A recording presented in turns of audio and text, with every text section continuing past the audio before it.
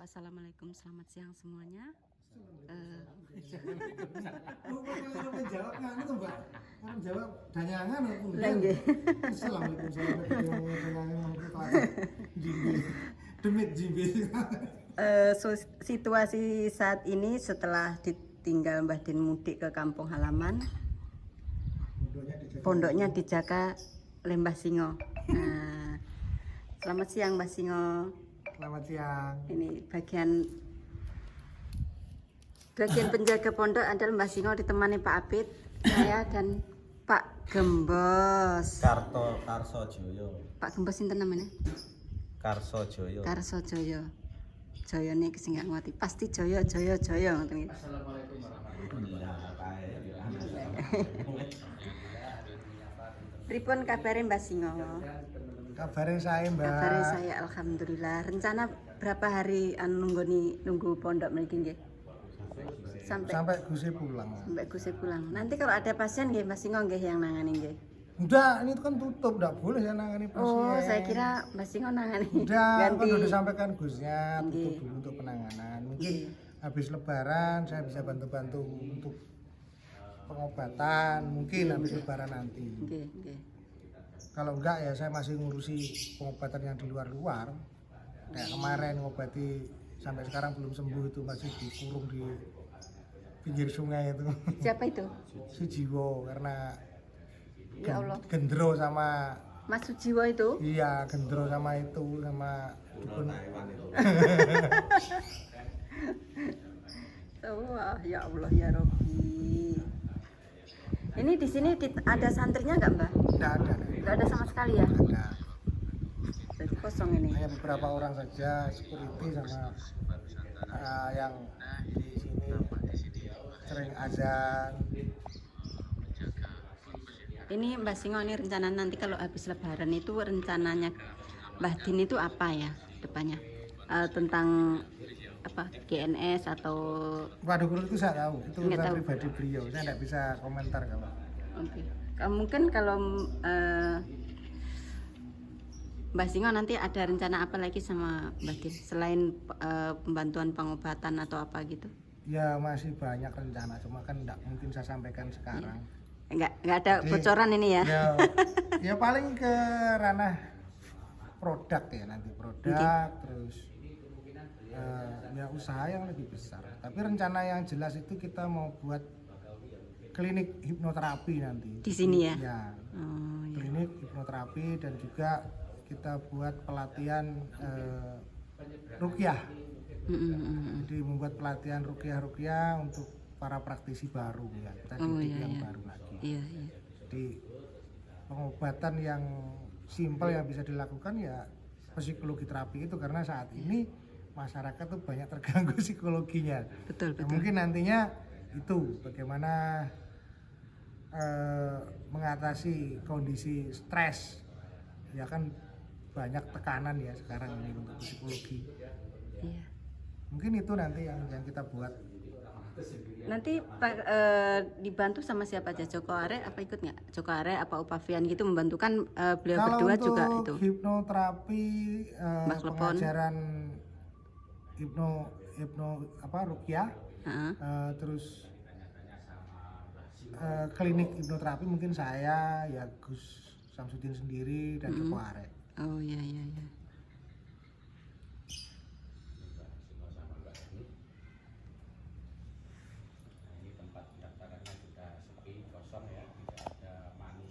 Jadi ya kalau seperti ini kan Mbak Erni bisa menilai. Iya. Jadi apa yang dituduhkan orang selama ini itu ya Nggak ada hanya buktinya. sesuatu yang di framing oleh anak kecil gitu ya. Di Nggih. framing dari Jakarta sana terus ke sini keliling ke warga sekitar diam-diam nggak langsung ke sini terus Iya. pansos di depan gerbang. Ya karena mereka dulu itu juga nggak mau masuk. Nah, itu kan pansos sebenarnya. Mereka nggak mau masuk sini, mau diajak apa pembuktian? Bisanya apa? Nggak bisa apa-apa, nah itu. Iya. Jadi bukan apa, saya akan bela Mbah Din, Gus Samsudin. Karena memang apa yang dilakukan selama Gus Samsudin itu benar, saya bela. Iya. Sampai kapanpun siapapun yang ini saya jelaskan apa yang dilakukan secara ilmiah bagaimana, ya, secara pemahaman modern bagaimana, secara pemahaman hikmah itu bagaimana, saya jelaskan. Banyak teman-teman saya ahli hikmah juga membela ke prakteknya Gus Samsudin waktu itu. Ya, yang di Jakarta terjadi itu kan juga pembodohan yang dilakukan oleh Dr. Richard itu juga serangan secara pribadi kepada Gus Samsudin. Gus Samsudin tidak pernah mengaku sebagai orang sakti, mengaku sebagai orang kebal, tidak pernah mengaku. Tapi sampai di sana kan langsung dipres ya, dipres, ditekan terus, dan itu on cam. Iya. Nah ini kan sebenarnya hal yang buruk yang dilakukan oleh seorang public figure. Saya protes sebenarnya, tapi karena waktu itu saya nggak mau, dilarang untuk muncul ke publik oleh para sesepuh spiritual di Indonesia. Jangan, Mbak Singo nggak usah muncul lah, biarkan dulu. Ketika kondisi panas seperti itu, hal benar apapun yang kita sampaikan tidak akan didengar. Iya betul. Ya, ketika kondisi sudah mereda seperti ini, barulah kita bisa menjelaskan, mengedukasi ke masyarakat. Tidak perlu ragu untuk berobat di tempat Gus Samsudin, karena jelas di sini keilmuannya juga jelas. Kalau kita melakukan media-media yang lain, saya sudah jelaskan di video-video saya apa sebenarnya itu, bagaimana memfungsikan itu, masyarakat sudah juga harus jelas. Itu ilmiah semua, bukan itu mistik, klinik, enggak. Apa yang dibuat oleh Gus Samsudin seperti itu. Hal yang mistik di dalam pikiran Gus Samsudin dan pikiran pasien itu mistik. Tapi prakteknya yang bisa di kamera bukan mistik. Turil. Tapi yang terkandung di dalam itulah mistik. Iya, iya. Mistikalnya. Jadi hal mistik itu merubah neuron di dalam otak manusia. Ketika neuron itu berbalik, ya banyak hikmah di situ. Jadi ilmu hikmah itu ilmu yang membalik neuron. Ya, artinya ilmu hikmah ini ilmu yang jelas, bukan ilmu yang bohong-bohongan. Orang lain mengatakan bohong karena dia tidak memahami. Bisa dikaji secara ilmiah itu bisa. ya. Kalau enggak, kenapa Ibnu Sina menggunakan hikmah? Saya tanya. Ibnu Sina bapaknya ilmu hikmah kalau saya bilang. Juga bapaknya psikologi. Iya. Seorang ilmuwan muslim. Ya, kalau kita disangkut pautkan dengan agama, ya konsep ruqyah dari mana? Dilakukan dari sejak zaman Nabi sampai kepada Ibnu Sina. Jadi bisa dijelaskan secara ilmiah, bisa dikaji secara metafisika, bisa dikaji secara supranatural, bisa dikaji secara modern. Mau dipakai literasi barat boleh, kita kuasai semua kok. Kita bisa edukasi itu, bisa sampaikan, bisa urai semuanya. Tapi kalau si anak kecil itu mana bisa mengurai? Penipu, cuman bisa begitu sambil goyang-goyang pamer muka, yang cuma make upan. Seandainya ini yang anak kecil itu ingin ketemu Mbah Singo itu, Mbah Singo siap ya? Siap, mau di mana mau ketemu saya? Malah senang ya? Ya, malah senang saya. Saya tahu siapa dia kok. Iya. Karena tapi sebenarnya bukan level saya sih ya. Iya. Tapi berhubung karena ini menyangkut psikologi bangsa kita, ya. Iya. Yang sudah terbodohi oleh anak ini, ya mau tidak mau saya harus siap, gitu ya. Ya karena semuanya yang saya dengar itu kalau menurut dia kan disangkal semua ya, maksudnya dia nggak percaya gitu loh. Dia nggak percaya itu ditulani ke orang, jadi ngikut dia, kayaknya nggak percaya semua sama ini gitu, nggak percaya. Ya kalau dia nggak percaya dengan prakteknya orang lain, terus seumpama orang lain nggak percaya kalau dia itu tukang sulap, gimana? Marah nggak dia? Iya. Tukang sulap juga masih kecil-kecilan, Mbak. Berapa kali audisi di TV gagal, nggak bisa jadi artis TV. Baru-baru saja sebenarnya di YouTube cuman begitu-begitu saja viralnya karena bikin video-video pendek cuplikan dari YouTube-nya ke TikTok, ya, ke Snack video, terus di situ diviralkan, di-share oleh banyak orang, ya, dengan bahasa-bahasa yang menohok, pembodohan lah apa, itu kan bahasa yang disampaikan untuk misdirect. Kalau dalam bahasa sulap namanya misdirection. Kalau bahasa hipnosis juga mengatakan itu misdirect. Jadi pengalihan. Dia alihkan konsentrasi orang kepada bahasanya dia tadi.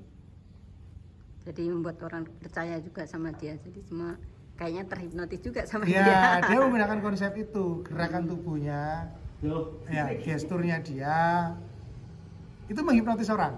Nggih. Ya, terus ucapan dia, intonasinya juga menghipnotis orang. Jadi hati-hatilah, perhatikan, cermati, jangan langsung ditelan apa tontonannya dia. Siap. Analisa gerakan tubuhnya, bagaimana dia menggunakan gestur itu, tujuannya apa, jelas bagaimana orang itu terkesima dengan pakaiannya dia yang jubah ya warna mencolok, dengan statement-statementnya dia, tujuannya untuk menghipnotis orang banyak. Dan untuk apa? Kalau sudah orang-orang itu terhipnotis, dia populer, dia merasa punya follower, punya wah, iya ini, ya. Tapi masyarakat kan dibodohi, ya. Iya. Sekarang kalau semua praktek-praktek yang ada di masyarakat ini dianggap pembodohan, penipuan, ya. Konten-konten YouTube-nya orang dibilang settingan. Coba film-film layar lebar yang ada di Indonesia itu kamu protes, itu settingan semua. Ya, Betul. yang di TV itu settingan semua. Semua. Ya, Iya. larang itu semua. Ya, kamu demo KPI, bikin konten real, jangan konten settingan. Nah kalau orang cari duit di YouTube dengan konten settingan, ya jelas lah dia sendiri punya modal untuk membuat settingannya kok. Terus dia bilang, oh cuma bikin konten settingan. Siapapun boleh membuat konten settingan. Tidak ada larangan yang mengatur ini. Ini harus cerdas rakyat Indonesia ya. Film perang kalau nggak disetting ya mati semua. Ya kalau film perang, film pertarungan ya. Iya. Kalau nggak disetting, kira-kira ditembak mati apa nggak dihukum polisi? Dihukum sama. Nggak ada yang mau main. Ditangkap polisi ya. Nggak ada yang mau main film. Logikanya dipakai. Kalau dengerin omongannya bancet merah ini ya bodoh semua rakyat Indonesia. Nama baru lagi nih, bancet merah. Iya, bancet merah ini membodohkan banyak orang. Ah, Lah mau itu Gus, mau itu Ustadz, mau Kiai membuat konten settingan, kenapa nggak boleh? Iya. Siapa yang melarang ya? Konten-kontennya dia sendiri kok. Orang buat ciri khas sendiri, karyanya sendiri. Karyanya dia sulap, ya bikin sulap aja. Jangan bikin karya nyinyirin orang, karyanya orang dinyinyirin. Jangan ngomentari orang lain kalau nggak mau dikomentari. Kalau saya keras ya, saya sudah mau muncul ke publik sekarang ya, saya lebih keras lagi, lebih sadis lagi daripada dia. Tapi dia yang saya injak, bukan siapa-siapa. Karena apa? Anak kecil membuat heboh negara ini, membuat pola pikir orang banyak itu kacau. Ya, mau memecah belah persatuan bangsa. Pro sana, pro sini, pro sana, pro sini. Ini lucu kan begitu? Seolah-olah membuat gap di masyarakat. Nah, perhatikan aja komentator di YouTube itu komentarnya. Yang pro dia menyerang orang lain ya kan gitu. Iya. Yang anti sama dia juga menyerang orang, akhirnya terjadi keributan. Kacau. Ya kalau sampai ketemu pukul-pukulan di jalan bagaimana? Hanya membela dia. Padahal nggak paham. Nggak ngerti apa yang dibawa oleh dia ini apa gitu. Bahaya nggak Mbak kira-kira? Bahaya. Dan sudah terjadi nggak dampaknya? Kalau dia berani ke Blitar, suruh datang ke Blitar. Dampak dari apa yang dia perbuat di sini. Masyarakat setempat yang tidak mengerti ikut-ikutan. Iya. Ya, menyerang tempat orang lain. Yang notabene sertifikat milik Gus Samsudin sendiri. Ya, tanah yang luas punya Gus Samsudin sendiri. Kenapa dilarang-larang? Iya. Betul. Betul tidak? Membuat apapun di rumahnya Gus Samsudin sendiri, perizinan juga lengkap. Akhirnya apa? Pak Depokan itu dampak dari 2 kali demo ribut-ribut, masyarakat pengen tenang ya toh, nggak boleh difungsikan. Sedangkan izin Pak Depokan itu masih hidup sampai sekarang, belum mati. Dari mana? Dari perbuatan si bancet merah ini. Berpikir nggak dampaknya? Dia pikirnya dia yang apa ya kan yang Nah, lain. dia kan nggak berkembang, berpikir ya. bagaimana kerugian orang lain. Yang penting dia tenang. Kira-kira hal seperti ini bangsat nggak? Kalau bahasa kasarnya bangsat nggak? Iya. Bancet. Nah ini akan terjadi ke orang-orang yang lain loh ya. Oke. Jadi kayak kemarin dia bersahabat dengan siapapun, mau itu pesilat mau apa. Dia hanya mencari perlindungan dan menggunakan orang lain untuk menyerang Gus Samsudin secara pribadi. Artinya ada sesuatu di belakang itu yang dia mau. Gus Samsudin sendiri tidak mau berhubungan dengan dia lagi. Sampai nomor handphone aja dimatikan, ganti. Ya. Tapi mungkin sih itu masih suka nyari-nyari Gus Loh, Samsudin. masih. Bagaimana caranya dia menggunakan orang lain untuk kesini, pembuktian lah apa. Beberapa orang. Saya sudah ingatkan Gus Samsudin, karena ini sudah menjadi pondok pesantren. Pondok pesantren itu tempat menimba ilmu. Ya, ilmu tentang agama yang mengajari akhlak yang baik, budi pekerti yang baik. Jadi sudah tidak perlu lagi lah meladeni hal seperti itu. Fokus saja kepada pondok pesantren. Mau buat konten ya buat konten hiburan. Tapi yang ada edukasi di dalam itu. Yang mendidik. Yang mendidik, berikan keterangan yang baik. Sekarang Sunan Kalijogo saja berdakwah boleh kok pakai kuda lumping, pakai wayang ya. Itu pada zamannya. Karena nggak ada YouTube. Sekarang lain lagi. Ya sekarang lain lagi. Gus Samsudin berdakwah lewat YouTube. Ya boleh-boleh saja toh, kenapa dilarang? Dia membuat cerita film ya kan di YouTube Gus Samsudin dengan alur cerita yang jelas ya. Dan itu butuh biaya loh, modalnya besar loh bikin itu. Bayar talent berapa ya? Iya, siap. Terus dikata-katain begini begitu, terlalu nyinyir lah. Kalau dia mungkin nggak bisa seperti itu, karena otaknya nggak nyampe ke sana. Mengatakan edukasi apa, justifikasi yang ada, ngejas sana ngejas ini, yang diedukasi apa? Kalau edukasi kepandaiannya sulap ya sulapnya diedukasi, kan begitu. Iya, jangan semua disamaratakan. Nah, kalau semua ilmu digandengkan dengan sulapnya dia nggak nyambung. Ini dua hal yang berbeda. Contohnya seperti Ibu Ida Dayak ya sekarang. Keilmuan pengobatan ya yang notabene kolaborasi di situ dilakukan Ibu Ida dari seni membetulkan tulang, seni metafisik Dayak ya dengan tarian-tarian tandik atau tanjar itu,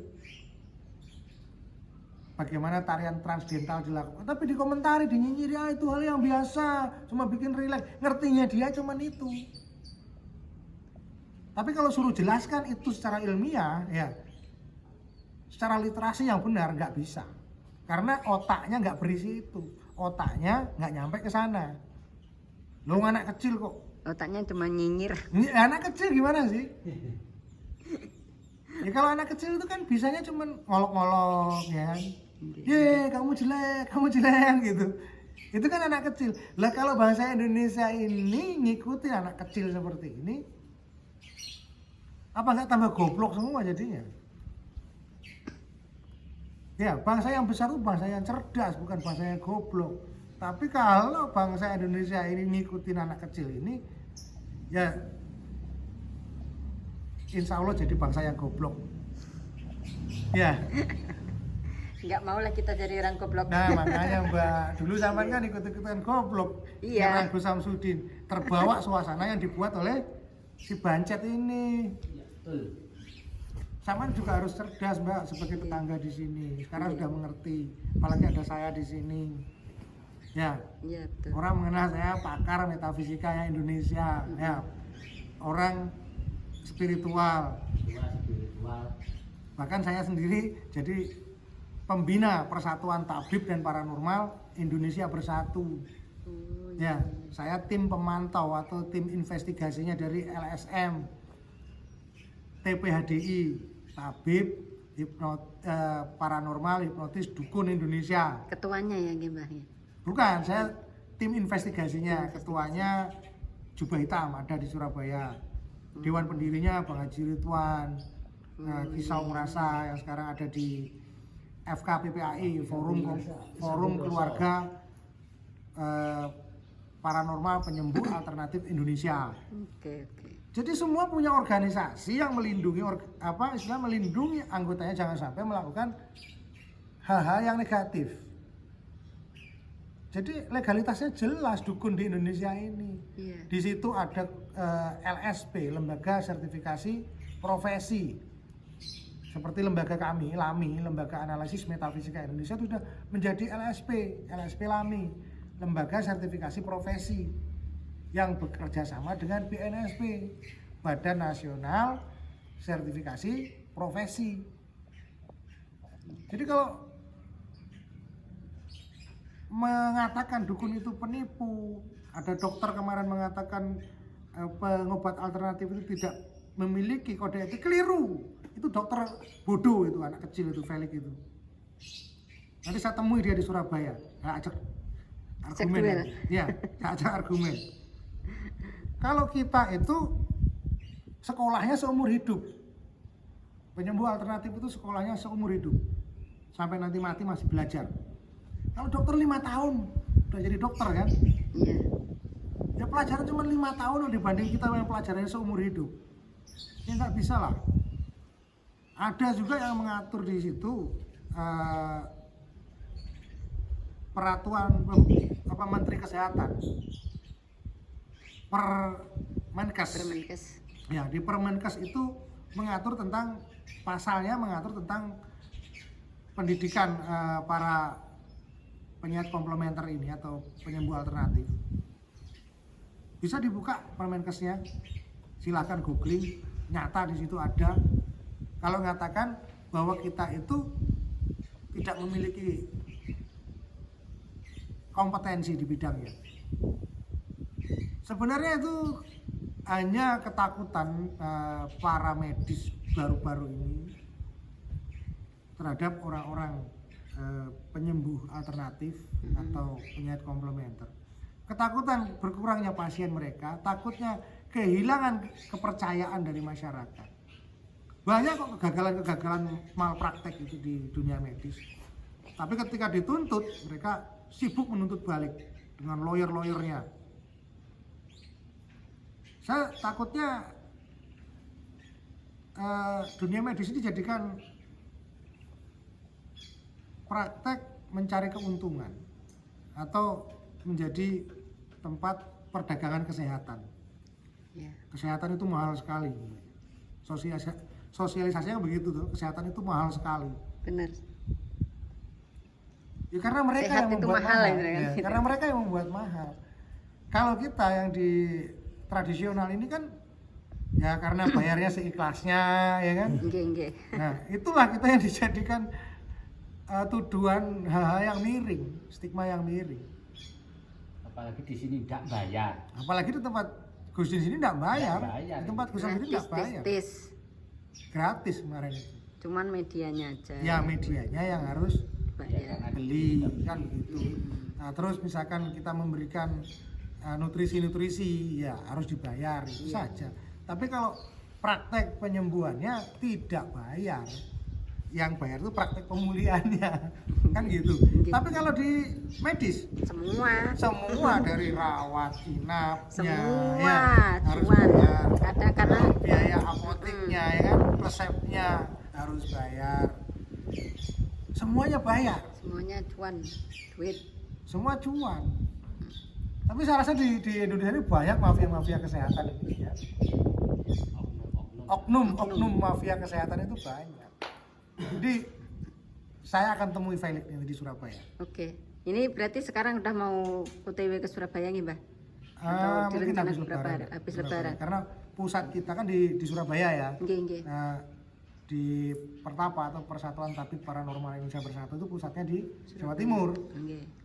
Felix itu, dokter Felix itu Jawa Timur. Ketika dia mengkritisi Ibu Ida, saya emosi banget itu. Karena saya tahu apa yang dilakukan Ibu Ida itu benar, enggak salah itu. Iya. Secara literasi keilmuan. Dia juga membantu orang lain kan, intinya kan itu loh, Ibu Ida kan. Dia cuma ngomong, saya enggak minta dibayar minyaknya, saya enggak minta dibayar pengobatannya, gratis semuanya. Saya dibayar jogetnya aja. Itu kan pasemon ya kalau orang Jawa bilang. Nggih. Joget saya kan capek orang joget. Sedangkan itu tarian transdental, bukan sekedar membuat relaksasinya dirinya sendiri atau pasiennya. Itu tarian sakral loh kalau di Kalimantan. Kalau orang Islam kan inama amalu biniyat. kembalinya kepada niat. Nah kalau niatnya dia itu untuk berkomunikasi dengan jiwanya sendiri dan jiwa si pasien, siapa yang tahu? Dunia metafisika kan tidak bisa diraba dengan pandangan mata. Iya betul.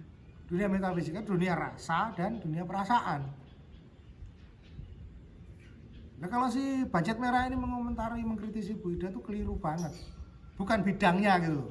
Ya, Bidangnya dia menggandengkan hanya ke ilmunya adalah juga sulap. keliru. Terus nantang-nantang ilmu santet, dia ngerti nggak santet itu apa? Dia nggak percaya itu, nggak percaya santet nih. Nggak percaya dukun, dia sendiri dukun loh. Dukun itu ahli mbak, kalau bahasa Arabnya ahli ya. Oke. Kalau bahasa Inggrisnya spesialis, dukun itu. Kalau Jawa itu bahasanya dukun nih. Nah kalau Jawa kan dukun itu kan banyak spesialisnya. Dukun urut, tukang pijet, message bahasa Iya. Inggrisnya. Ya, Bayi. dukun bayi, itu bidan. Ya, Nggih. dukun itu luas. Makanya dukun ini profesi atau keahlian. Ya terus kok bisa nipu dari mana? Dia nggak percaya sama dukun, keliru. Dia sendiri dukun sulap. Dia nggak percaya sama dukun, tapi dia percaya sama ustadz. Ustadz itu dukun agama, Betul. ahli agama ya kan? Nggih. Yang mendukuni agama. Ya, masyarakat jangan mau lagi goblok sama anak kecil ini. Oke. Selama ini kan terbodohi semua. Cuman udah sadar sekarang mbak. Nah, Nggih. ini Sadar Bu. sudah percaya sama Udah. dukun. udah agak lama udah. Nah, Wes udah lama. wes anu udah terbuka ini. Udah terbuka wawasannya. terbuka ini. Udah Nah, terbuka iya, ini. lawang dukun kok disalah-salahkan. Dukun kok Nggih, bisa nipu? Tuh dukun apa yang bisa nipu? Dukun cuma profesi. Nggih. Ya, Nggih. berarti tukang sulap itu kan menipu pandangan mata orang. Ya. Ya. Ah, betul. Berarti dia penipu dia. Dukun tipu, ahli tipu ya, tipu muslihat. Iya. Tipuan mata ya. Nah, Karena dia sendiri kecepatan. menipu matanya banyak orang kok. Nggih. Menuduh orang lain penipu. Dukun itu nipu, enggak? Ahli itu nipu, berarti kan dia ahli tipu. Ya, Betul.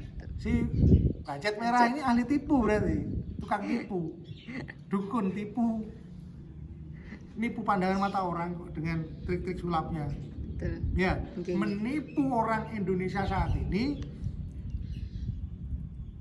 dengan omongannya dia. Dia yang menipu publik. Coba pikirkan saja, ilmunya dia sulap.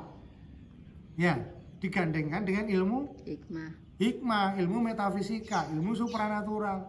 Ya nggak nyambung. Tapi masyarakat tertipu. Sampai banyak ahli-ahli agama juga tertipu sama anak ini. Terhipnotis oleh dia. Ya mudah-mudahan lebih sadar lagi masyarakat sekarang. Ya mungkin kalau nggak mau sadar ya nggak apa-apa ya, nggak rugi kok. Yang penting Pilihannya dia ya. Pilihannya nggak yang mau rugi sadar. ya masyarakat yang percaya sama dia itu Nggih. berbenturan dengan siapa-siapa, membela dia. Ya silahkan kalau mau jadi orang bodoh. Orang yang bodoh itu orang yang dikendalikan orang-orang lain, tidak merdeka. Siap. Ya, Nggih. kalau dikendalikan pola pikirnya oleh si Budget Merah ya, melalui YouTube-nya, ya, melalui konten-kontennya, berarti masih jadi masyarakat yang goblok. Ya kalau mau goblok silahkan. Siapa yang melarang orang untuk goblok, dirinya sendiri yang goblok? Betul enggak? Betul. Betul enggak? Betul. Betul enggak? Oke. Yang Demikian goblok tadi. Heeh. mereka sendiri kok, ya silahkan kalau mau jadi orang goblok. Demikian Nggak ada tadi lah teman-teman semuanya ya, pemirsa setia Ernie Channel, tentang ulasannya disampaikan oleh Mbah Singo. Kita bisa tahu. Semoga masyarakat semua tidak terbodohi lagi ya, bisa memilah dan memilih mana yang benar, mana yang enggak, mana yang hasutan, mana yang enggak. Oke, terima kasih atas segala perhatiannya. Mohon maaf atas segala kekurangan. Ambil sisi baiknya, buang sisi buruknya. Wassalamualaikum warahmatullahi wabarakatuh. Terima kasih, Ge Bage. Yeay.